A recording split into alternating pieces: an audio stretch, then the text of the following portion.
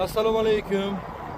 Ushbu loyiha Biznes rivojlantirish banki hamkorligida Navoiy viloyati Konmix tumani Yuksalish mahallasining 389-konturda amalga oshirilyapti. Ushbu dala maydon 20 gektarni o'z ichiga oladi. 680 metrga 295 metr.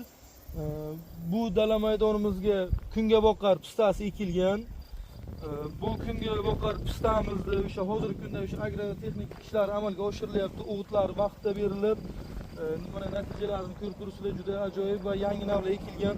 Bu kungaboqarimiz 90 kunni o'z ichiga oladi. 80-90 kun atrofida o'z hosilini beradi.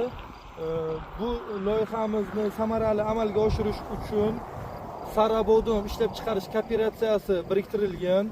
Bu yerda har bitta dehqon xo'jalikka o'rtacha 1 gektardan to'g'ri keladi. Bu yerdagi 1 gektar kungaboqar pistamizni shu kelajakda olinadigan hosili o'rtacha gektaridan 2 tonnadan 2,5 tonnagacha rejalashtirganmizda, umumiy hisobda 40 tonnadan 50 tonna atrofida rejalashtiryapmiz. Nasib bo'lsa bu kungaboqarimizni yetishtirib olgandan keyin ikkinchi takroriy ekinga ham imkoniyatimiz bo'ladi va o'sha dehqon xo'jaliklarimiz daromadini oshirishga o'z hissasini qo'shadi.